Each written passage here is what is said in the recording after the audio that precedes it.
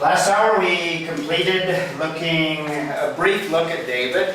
И на прошлом часу мы завершили наше краткое изучение жизни Давида. He's the king after God's own heart. That's the way it's described in the text. Он царь и муж по сердцу Божьему, так он описан в этом повествовании. And there's failure in his reign. There's problems in the reign of David. Ну и были также проблемы и неудачи в течение его правления также.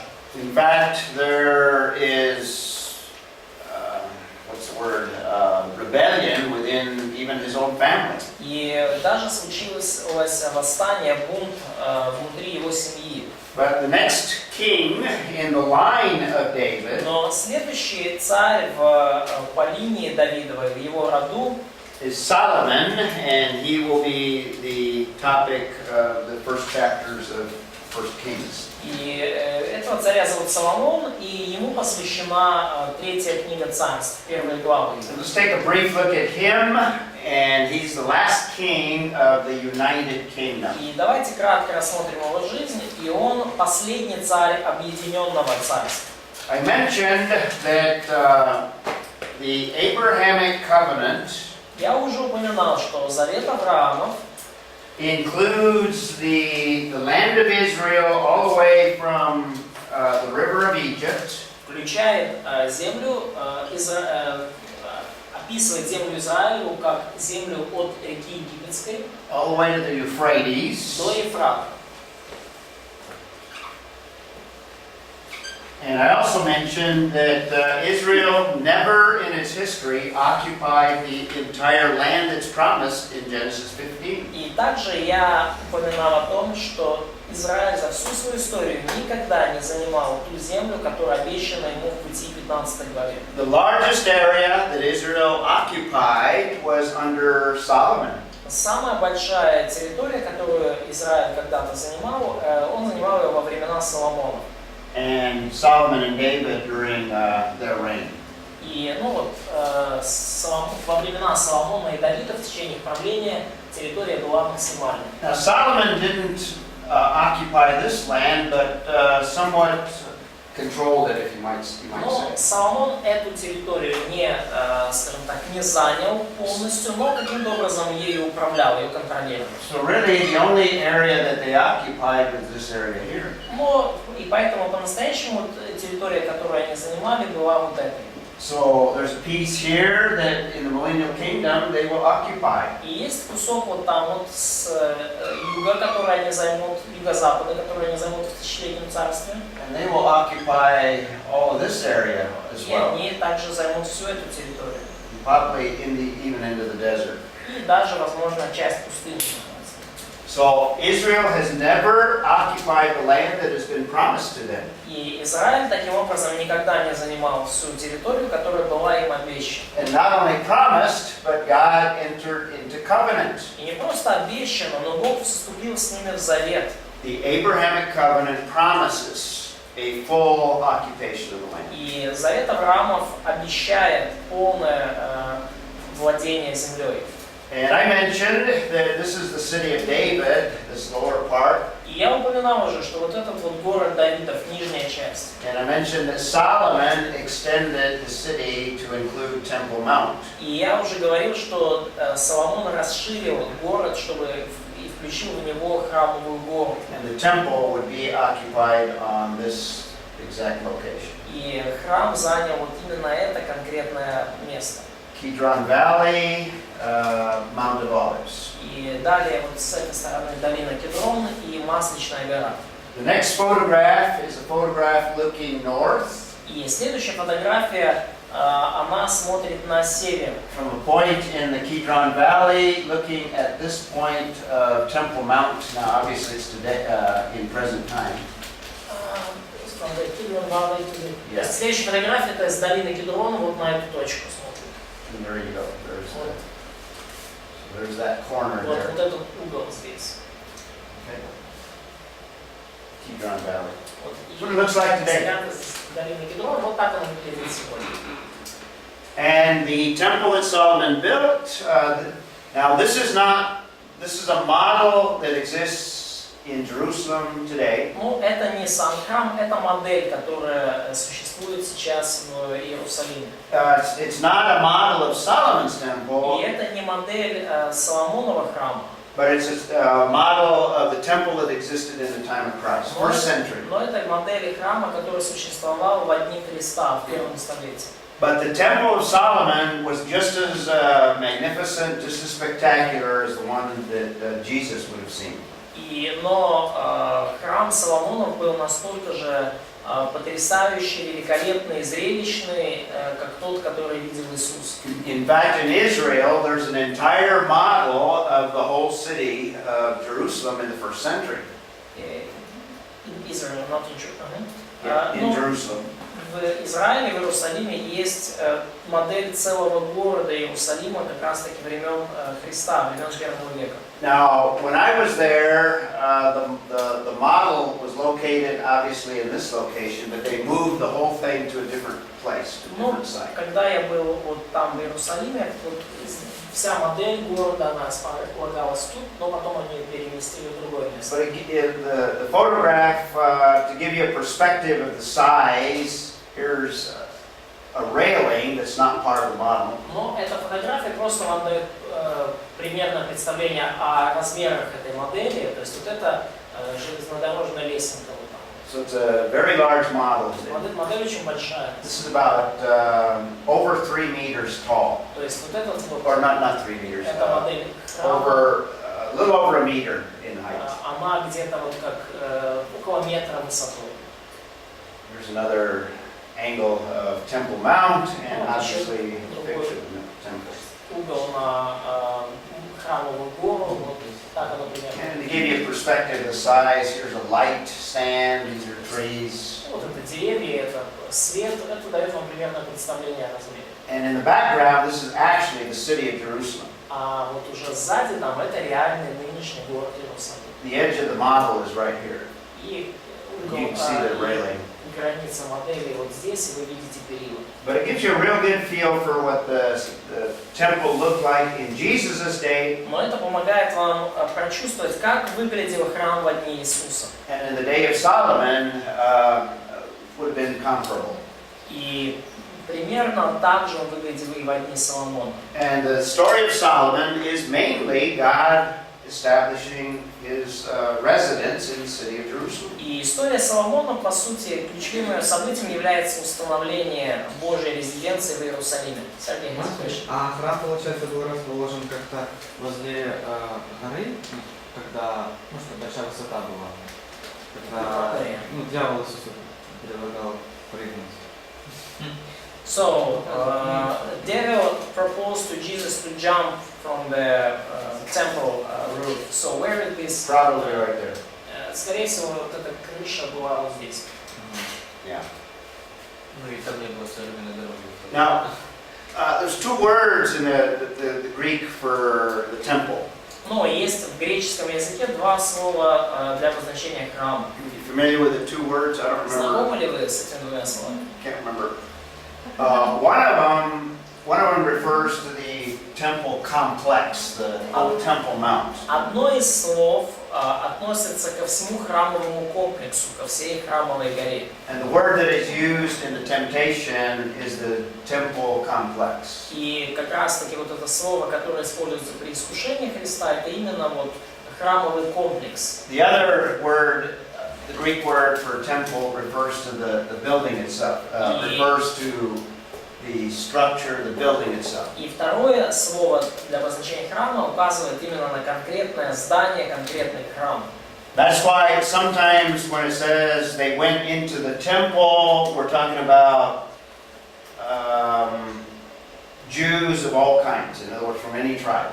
И поэтому, когда говорится о том, что там кто-то пошел в храм, то говорится об иудеях всякого рода, со всех колен. So those passages that refers to them going into the temple or things going on in the temple, it's in areas like this. То когда вот говорится, что вот самые разные иудеи, они в храме или там какие-то события происходят, то подразумевается, что вот это вот эти области. Because remember, only the priests could go into the front part of the building itself. the Потому temple. что, помните, только священники могли войти в главную часть, собственно, в храм. There's also what's called the Holy of Holies, which was the back part of the И также было так называемое Святое Святых, и это было задней частью вот этого храмового здания. And who could enter the Holy of Holies? Only once a year. И кто мог зайти в Святое Святых раз в год? High priest on the Day of Atonement. Первосвященник в день примирения. So sometimes when it refers to in the temple, it's not referring inside the building, but out here in the temple complex. Поэтому очень часто, когда говорится о том, что что-то происходило в храме, то подразумевается не сам храм, а именно вот храмовый комплекс. So we can add to our foundation for kingdom. И вот мы можем добавить кое-что именно в основание для царства. It was mentioned in the Davidic covenant and partially fulfilled when Solomon built the temple. И вот это было упомянуто в Завете с Давидом и частично исполнено в Соломоновом храме. God chose to manifest His presence in the temple. Бог избрал демонстрировать свое присутствие в храме.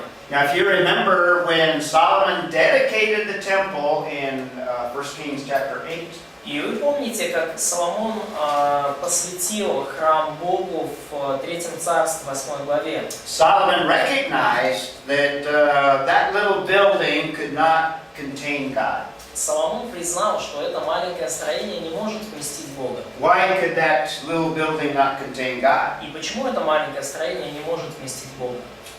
Because God is what? Потому что Бог каков?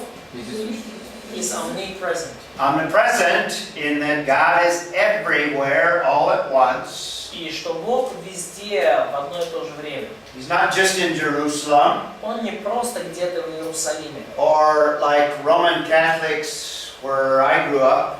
Или как вот римокатолики, тогда, когда я там, где я вырос. He's not inside the building of the church. Вот, скажем так, вопреки их мировоззрению, Бог не живет внутри храмового здания. Roman Catholics, and I was also noticing Russian Orthodox. И я заметил, что вот и как римские Before they go католики, into the building, you know, they do the sign of the cross and bow. православные наши друзья, они вот так перед тем, как зайти в храм, они крестятся так вот As if God were in that church building. делают телодвижение, как будто Бог находится конкретно в этом здании. Well, God is omnipresent. He is everywhere. Но Бог вездесущий, Он везде. But in the temple, He chose to manifest His presence in a visible way. Но Бог решил демонстрировать свое присутствие видимым образом в храме. And God manifested that presence in the temple of Solomon. И Он подобным образом демонстрировал свое присутствие в храме Соломона. And through much of the Old Testament history of the temple, И вот через значительную часть ветхозаветной истории храма, God manifested that presence.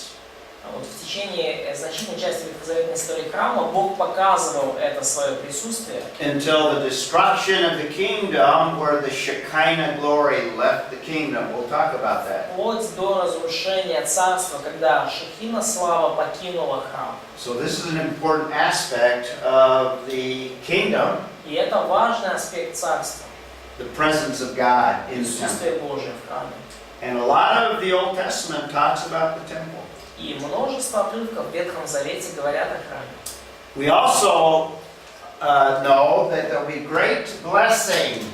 И мы также знаем, что в царстве будет великое благословение, огромное благословение. This is illustrated in the time of Solomon. Great blessing.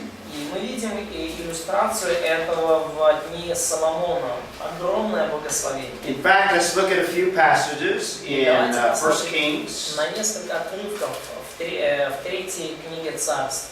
And there's many passages that stress this great blessing that God poured out. И есть множество отрывков, которые подчеркивают то огромное благословение, которое Бог излил на царство. So these are just examples. Это лишь примеры. Let's see, Oksana, do you want to start over chapter 4? Начни, пожалуйста, от третьей или в украинской Библии, 1 Царств, 4 глава. And read verse 20 and 21. Прочитай, пожалуйста, стихи 20-21. Иуда и Израиль, многочисленные, как песок у моря, ели, пили и веселились. Соломон владел всеми царствами от реки Ефрат до земли филистимской и до пределов Египта. Они приносили дары и служили Соломону во все дни жизни его. Okay, that gives you kind of a feel. The people were numerous. И вы уже, это дает вам немножко почувствовать, да, бесчисленное количество людей. They're eating, they're drinking, there's a lot of rejoicing. Они едят, пьют и много веселятся. Great blessing. Великое благословение. And it gives us this large area that Solomon is ruling over. И также есть указание на значительную эту территорию, которой правил Соломон. Skip to chapter 10, same book. И давайте перейдем к 10 главе той же самой книги. Notice the economic blessing. Обратите внимание на экономическое благословение. And Gadia, do you want to read 10:14, start 14? Гарри, прочитай, пожалуйста, 10 главу, 14 стих. 14 through 16. Даже с 14 по 16 стих. І було багатого золота, що приходило для Соломона в одному році, 6 сотень, 66 талантів золота. Окрім того, що приходило від купців та сторгів виходячих, та від усіх царів Аравії та країнах намісників. І зробив цар Соломон 2 сотні великих щитів із кутого золота. 6 сотень шеклів золота йшло на одного щита. Okay, so lots of gold, economic blessing. Много золота, экономическое благословение. And the description goes on and makes more detail of the description all the way through verse 30, actually. И описание продолжается, и там еще больше деталей дается, вплоть до 30 стиха. Katya, read 23 through 24. Прочитай, пожалуйста, 23-24 стих. Царь Соломон превосходил всех царей земли богатством и мудростью. И все цари на земле искали видеть Соломона, чтобы послушать мудрости его, которую вложил Бог в сердце его. Okay, so it's not just material, but wisdom as well. И речь не только о материальном богатстве, но также и о мудрости. He became greater than all the kings of the earth. Соломон стал более величественен, чем любой царь на земле. This is an aspect of God's kingdom. God's going to bless as the children are obedient. И вот это вот аспект Божьего Царства. Бог благословляет своих детей, когда они Ему послушны. And you can look, there's blessing militarily. И мы можем видеть благословение с военной точки зрения. Also in chapter 9, И также в 9 главе. look at, Sergey, look at verse 26 through 28. Пожалуйста, Сергей, прочитай стихи 9 глава, стихи 26 по 28. Царь Соломон также сделал корабль в Эцион-Гавере, что при Элате, на берегу Черного моря, в земле Идумейской. И послал Хирам на корабле своих подданных корабельщиков, знающих море с подданными Соломона. И отправились они в Офир, и взяли оттуда золото 420 талантов и привезли царю Соломону. Okay, so the great blessing included this great shipping industry. И великое благословение включает также вот эту огромную мореходную индустрию, флот, Trade with other nations. торговлю с другими нациями. At the time of Solomon, Israel was the major kingdom of the whole world. И во времена Соломона царство Израильское было ключевым царством, самым ведущим в мире. And God's intention was that He would rule through the nation of Israel as that major kingdom. И это было Божьим намерением, чтобы Соломон был его. Well, Israel, yeah, through Solomon. Да, то есть чтобы Израиль и под руководством Соломона стал самым главным царством на земле. And number 8, God desired that the kingdom of Israel be like a missionary nation. И также Божьим намерением было, чтобы Израиль стал своего рода миссионерским царством. A missionary nation to all the other nations. Миссионерским народом, миссионерской нацией, которая служила бы всем остальным нациям. This was the purpose, this was the design, this was why God wanted to rule, is to reveal himself. Это была цель, это был замысел, это то, ради чего Бог хотел править, да, чтобы открыть себя самому. But what happened to Solomon? Но что случилось с Соломоном? Was Solomon perfect? Был ли Соломон совершенным? Far from it. Yeah. Ой, далеко от этого. Now there were some positive aspects, his greatness. Но было много позитивных аспектов. The text tells us that God gave him more wisdom than any other man. Его величие, и текст говорит, что Бог дал ему больше мудрости, чем любому другому человеку. And one of the highest points in his career was the building and dedication of the temple. И одним из наивысших моментов в его карьере стало освящение храма. And we were just looking at a few passages that indicate this golden era of the nation of Israel, this high point. И вот мы уже посмотрели на несколько отрывков, которые показывают, что в истории Израиля правление Соломона было золотым веком, наивысшей точкой. So Solomon was great, И потому Соломон был велик. but like all men, he has weaknesses. Как у любого человека, у него были слабости. And in English, it doesn't come across in the Russian language, Ну, в английском, не знаю, как в русском это звучит. but in English, I've got 4 words that start with a W. W, I don't know. И в английском есть такие 4 слова, все начинаются с буквы W. The first 2 are women and wine. Слова эти: женщины, women, да, вино. Too many wives, too many foreign gods from those wives. Слишком много у Соломона было жен, и слишком много всяких иноземных богов. Too much, Показывали эти жены. too much prosperity. That's what we represent by the wine that produced intoxication and excess. Много процветания, слишком много было благословений. Мы понимаем, что вино производит определенное помутнение и опьянение. So women and wine. И потому женщины, вино. In fact, the main problem was the false gods that these many foreign wives brought into the life of Solomon. Ну и, конечно, самой большой проблемой были вот все эти иноземные боги, которых жены Соломона притаскивали в его жизнь. Women, wine, wealth, and the world. Женщины, вино, богатство и мир. Ну, мир в смысле вот этой светской системы. So this all resulted in him becoming very worldly instead of very wise. И все это привело к тому, что Соломон стал очень мирским, вместо того, чтобы стать весьма мудрым. And this began the process of collapse of the kingdom. И с этого начался процесс падения, разрушения царства. And that's what we'll look at next. Его распада. И это то, на что мы посмотрим дальше. But before we do that, let me give you a forecast of the millennial kingdom, which is the ideal kingdom. И прежде чем мы это сделаем, я хотел бы, чтобы мы рассмотрели, каким же будет тысячелетнее царство, идеальное And царство. we use the same principles, the same foundation principles.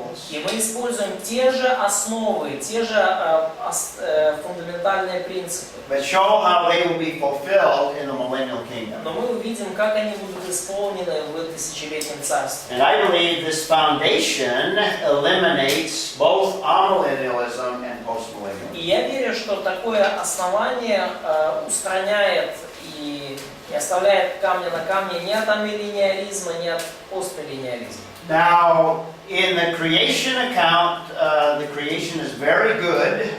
И в повествовании о сотворении мы видим, что сотворение весьма хорошо. And man, when he was given the creation mandate, did not have to deal with the curse.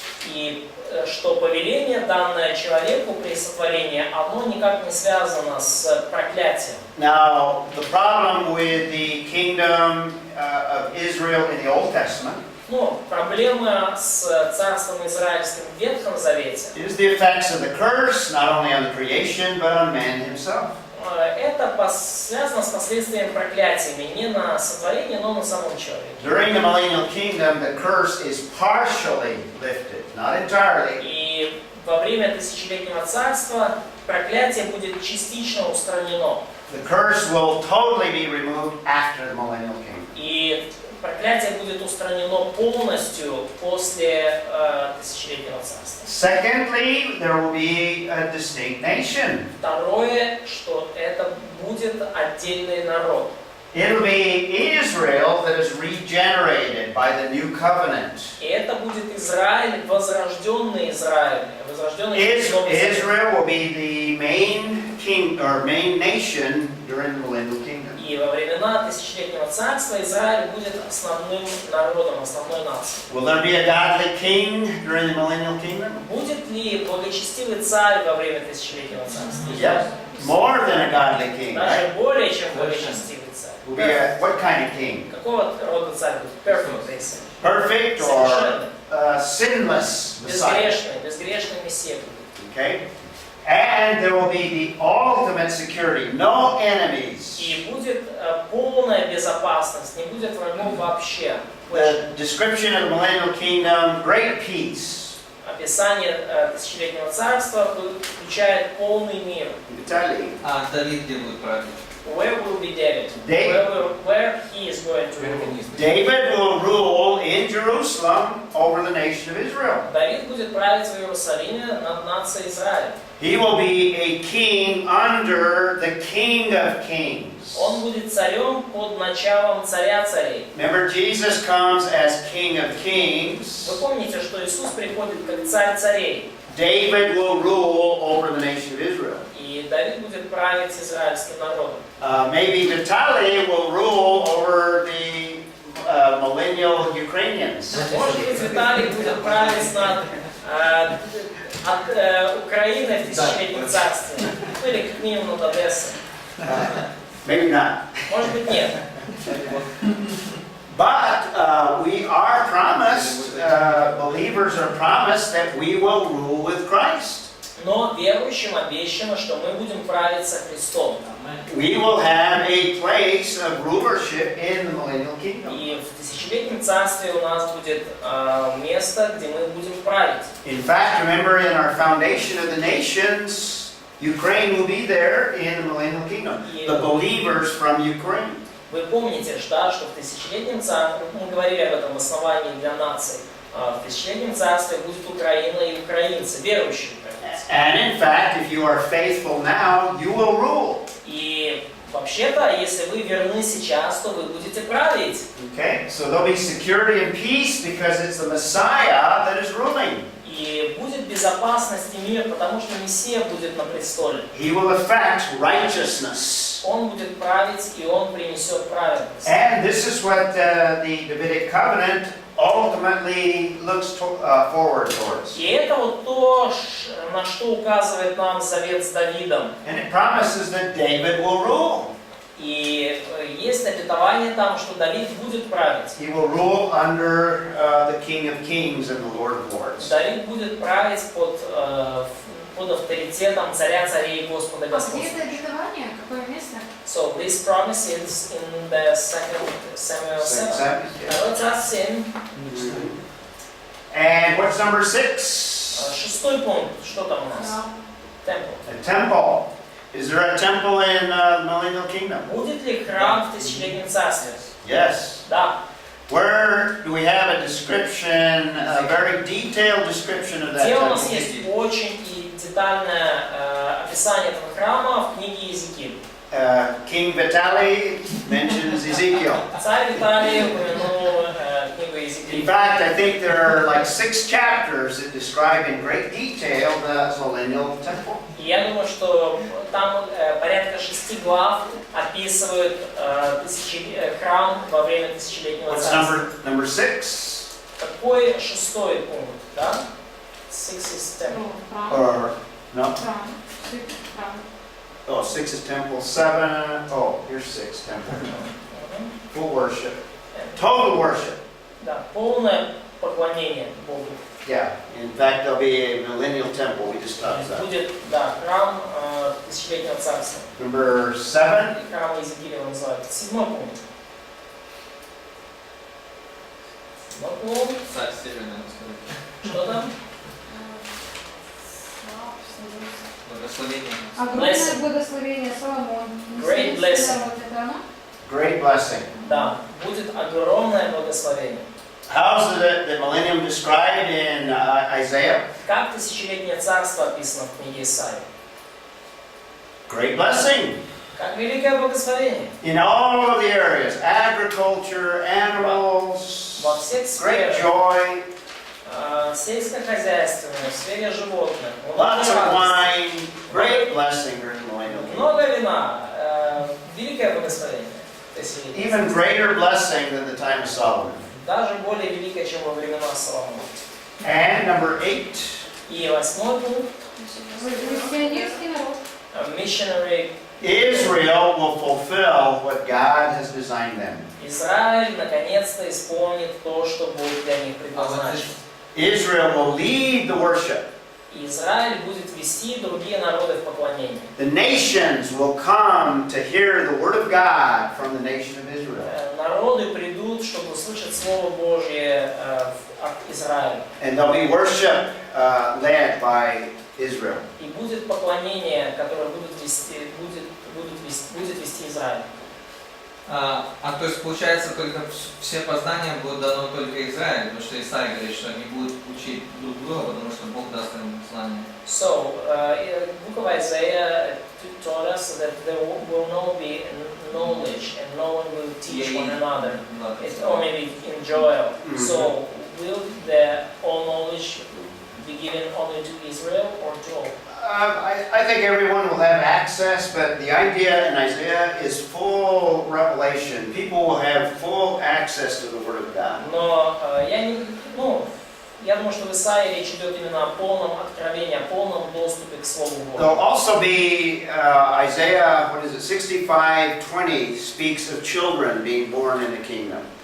Но также Исаия 65:20 говорит о детях, которые родятся в этом So there'll царстве. be people that'll have to teach these young children and people that are raised in the millennial kingdom. И поэтому будут люди, которые будут учить вот этих детей, тех, кто вырастет уже в тысячелетнем царстве. In fact, that Isaiah 65:20 passage indicates that people will live long periods of time, like before the flood.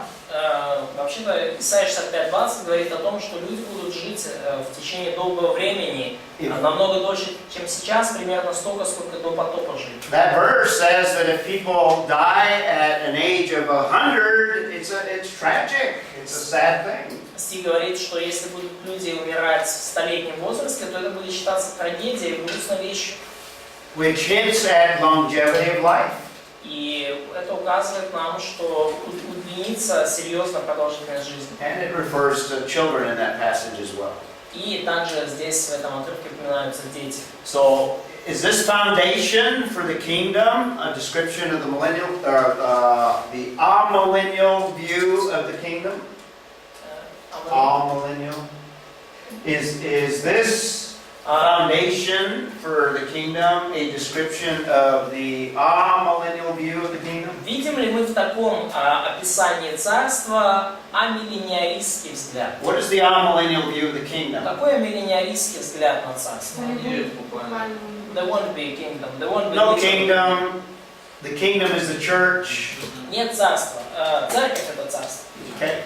Is there a temple Есть здесь храм у нас? in amillennialism? No. Есть храм амиллениализма? Нет. No. Is there great prosperity, great blessing? Есть ли великое благословение и процветание? Sometimes, sometimes not. Ну, Mainly persecution. иногда да, иногда нет. В основном гонение. Okay. Is Messiah ruling on a king that you can see? Правит ли Мессия каким-то видимым образом? То есть есть ли царь, которого мы можем видеть? No, in amillennialism, he's either on a throne in heaven or he's ruling invisibly.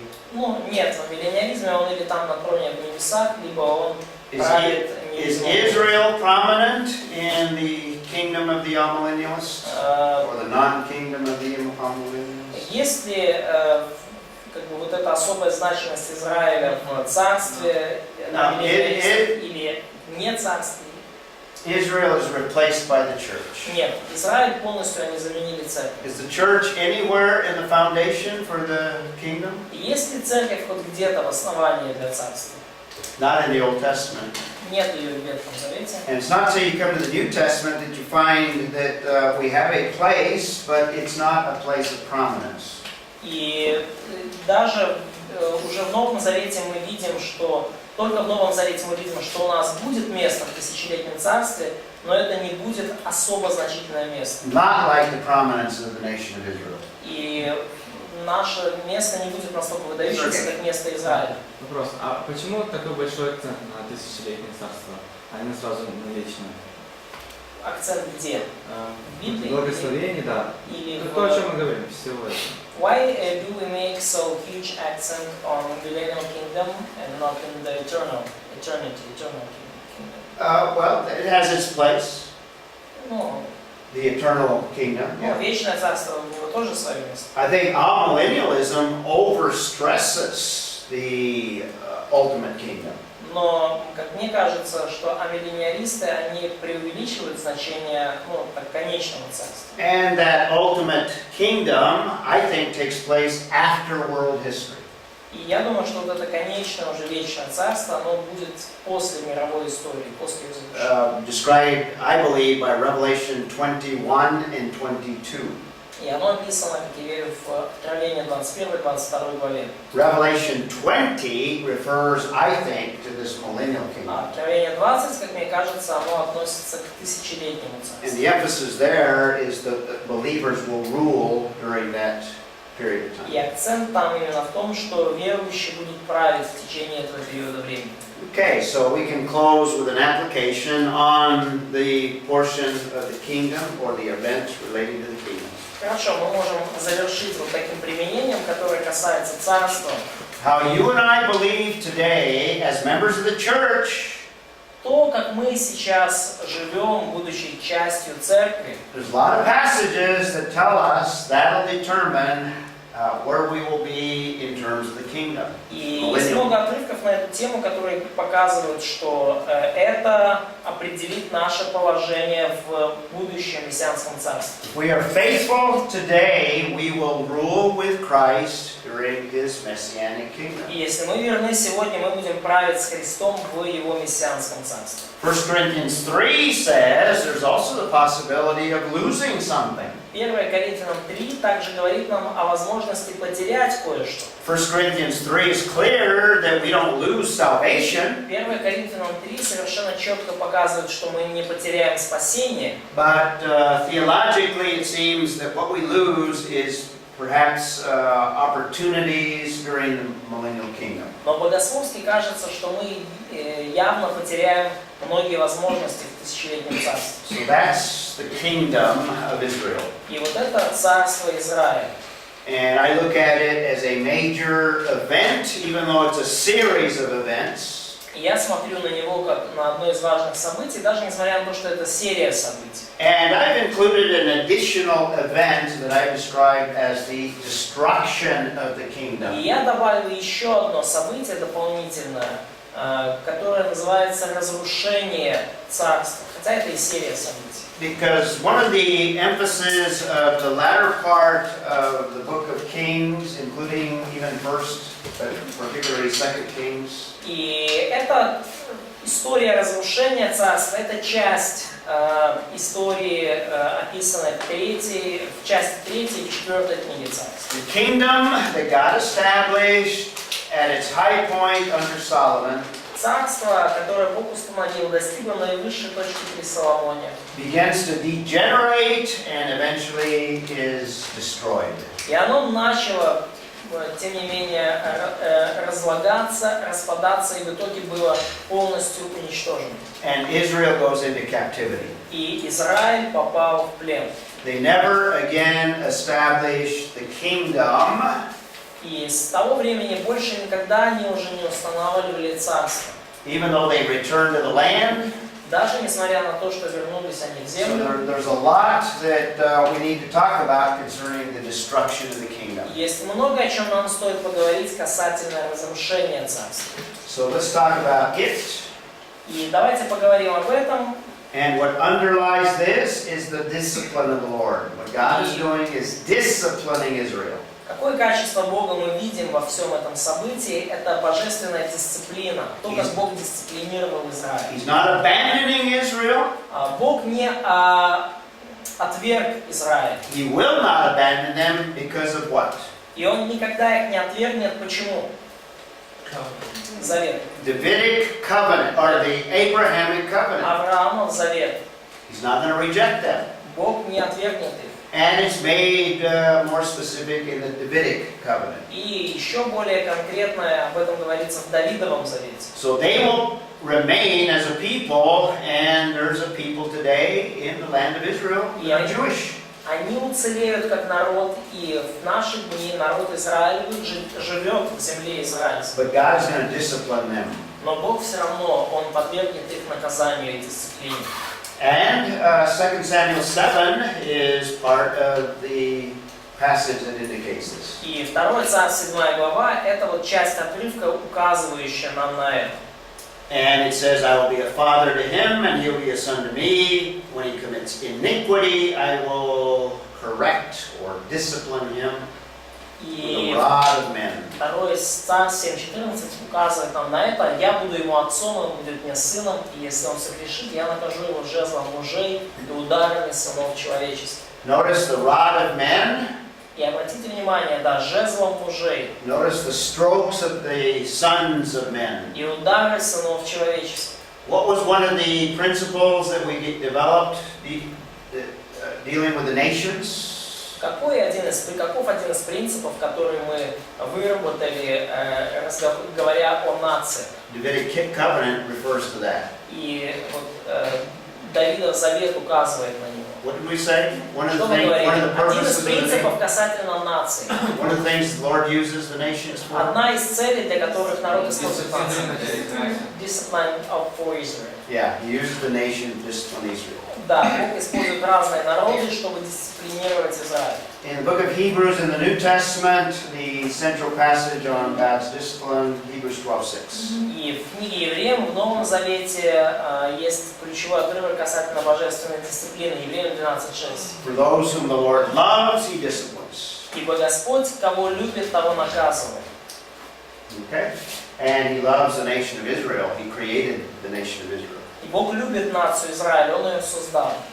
And whom he scourges every son whom he receives. И сказано, что Бог бьет же всякого сына, которого принимает. So that underlies this period of time. И вот это вот такое, то, что проходит красной нитью через всю вот эту вот историю. We've seen the creation, the fall, Мы видим сотворение, падение, flood, scattering, потоп, рассеяние, Abraham, Авраама, Exodus, исход, law, закон, conquest, завоевание,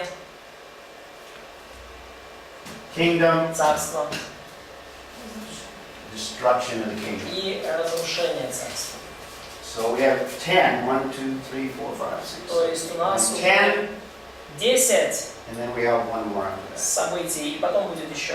If you can remember these, you have a picture of world history, И если вы запомните это, то у вас будет полная картина мировой истории. and also you have an idea of the overall plan of God. И также у вас будет представление о глобальном всеобщем плане Бога. The overall plan of God is to rule on earth in His kingdom.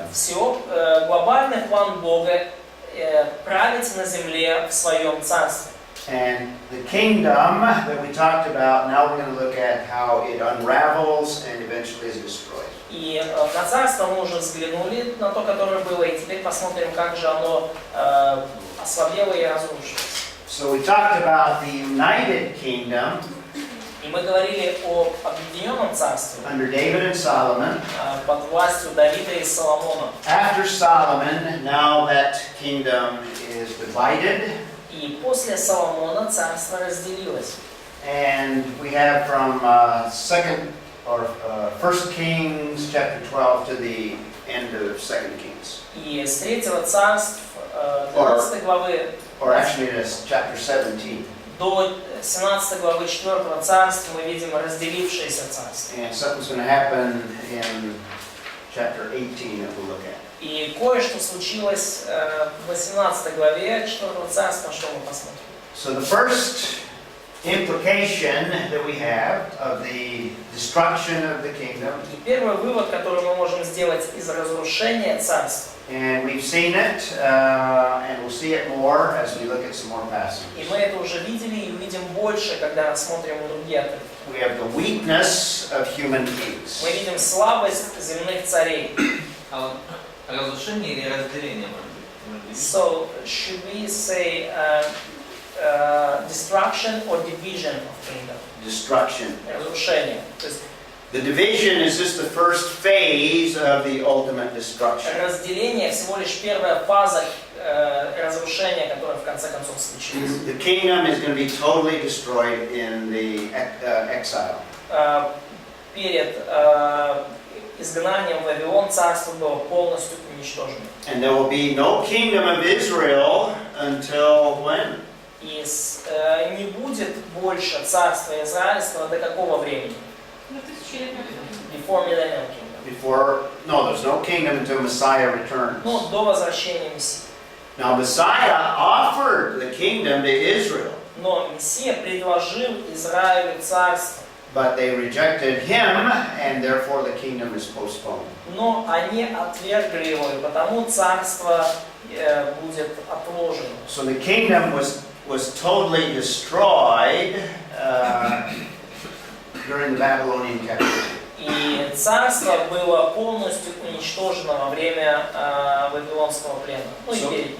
So the division of the kingdom is just the beginning of the unraveling of the kingdom. И разделение царства – это лишь первая точка его распада.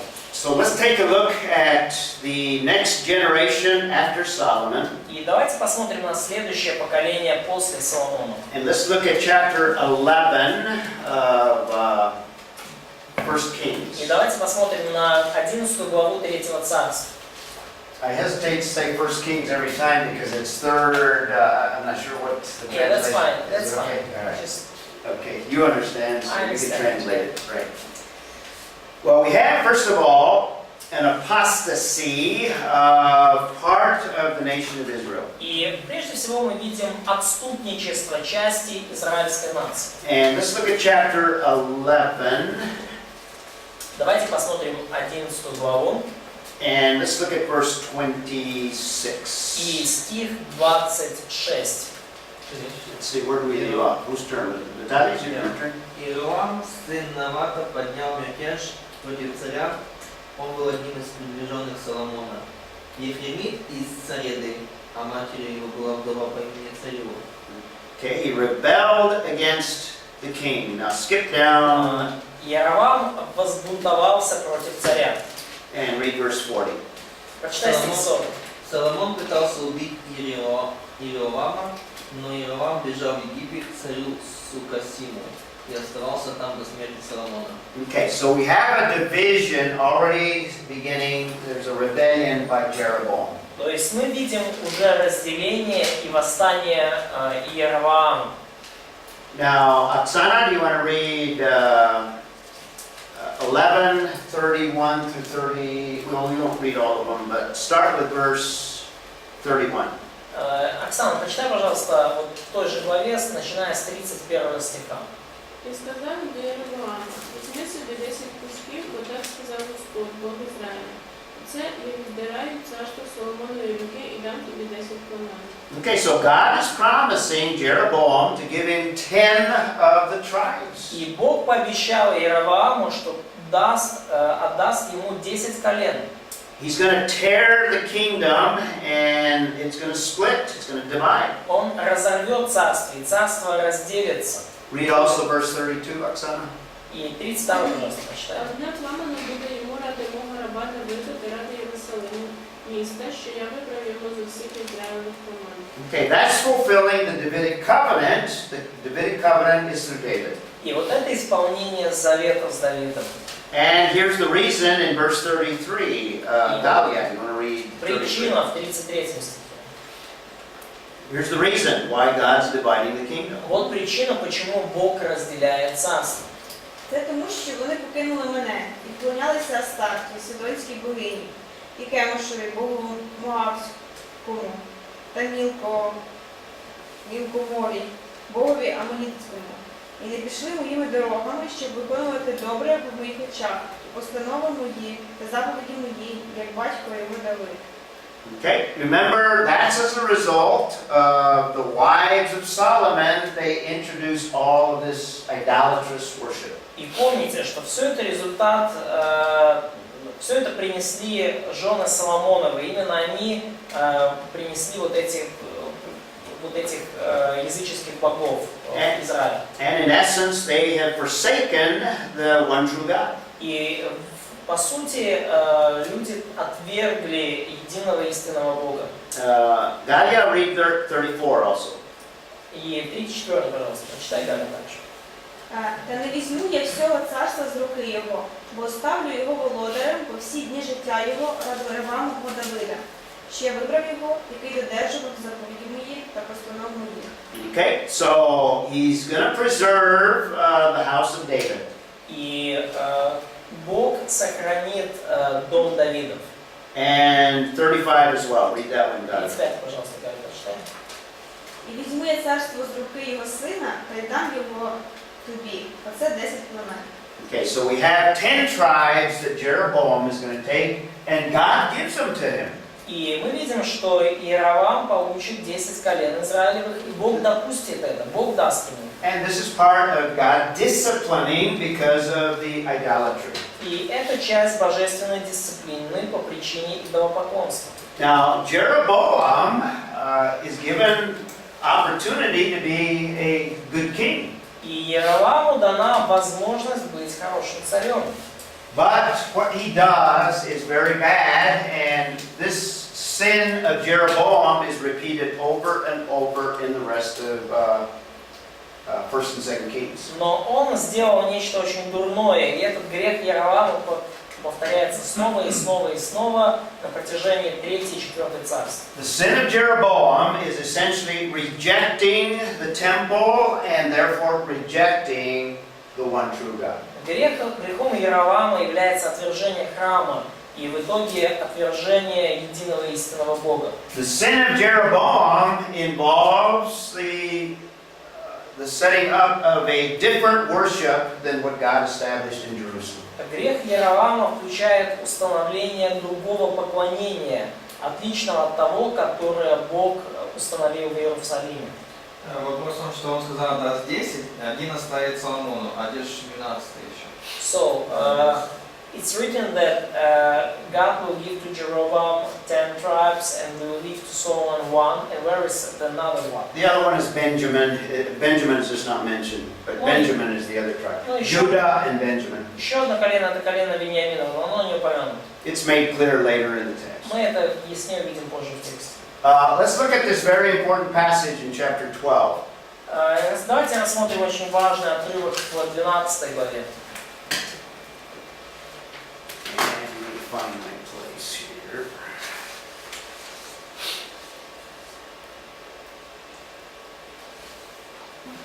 And let's start reading 12:25. И Katya? давайте прочитаем 25 стих. И обстроил Иеровоам Сихем на горе Ефремовой и поселился в нем. Оттуда пошел и построил Пеною. Okay, so he's living there. Keep reading Дальше. read through 27. Дочитай до 27 включительно. И говорил Иеровоам в сердце своем: царство может опять перейти к дому Давидову, если народ сей будет ходить в Иерусалим для жертвоприношения в доме Господнем, то сердце народа его обратится к государю своему, к Равааму, царю иудейскому, и убьют они меня, и возвратятся к Равааму, царю иудейскому.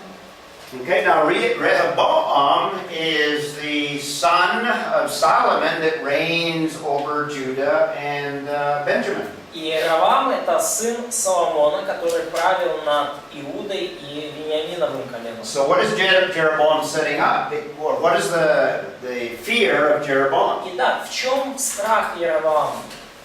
Смерть. He's afraid that the 10 tribes will go back to Judah. Но он боится, что 10 колен вернутся назад в Иуду. back to the house of David. вернуться назад к дому Давидову. He'll lose his kingdom. И что он потеряет свое царство. So he doesn't want them to go back to worship in Jerusalem, so he's going to establish his own places of worship. И он не хочет, чтобы они возвращались назад поклоняться в Иерусалим. И поэтому он устанавливает собственное место поклонения. And what he's essentially doing is rejecting the temple of Jerusalem, И что он по сути делает? Он отвергает Иерусалимский храм.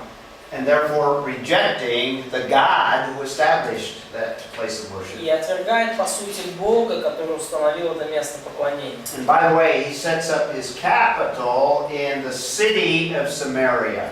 И, кстати, он свою столицу устанавливает в самаритянском городе. Now, in this context, when it refers to Samaria, it's referring to the city.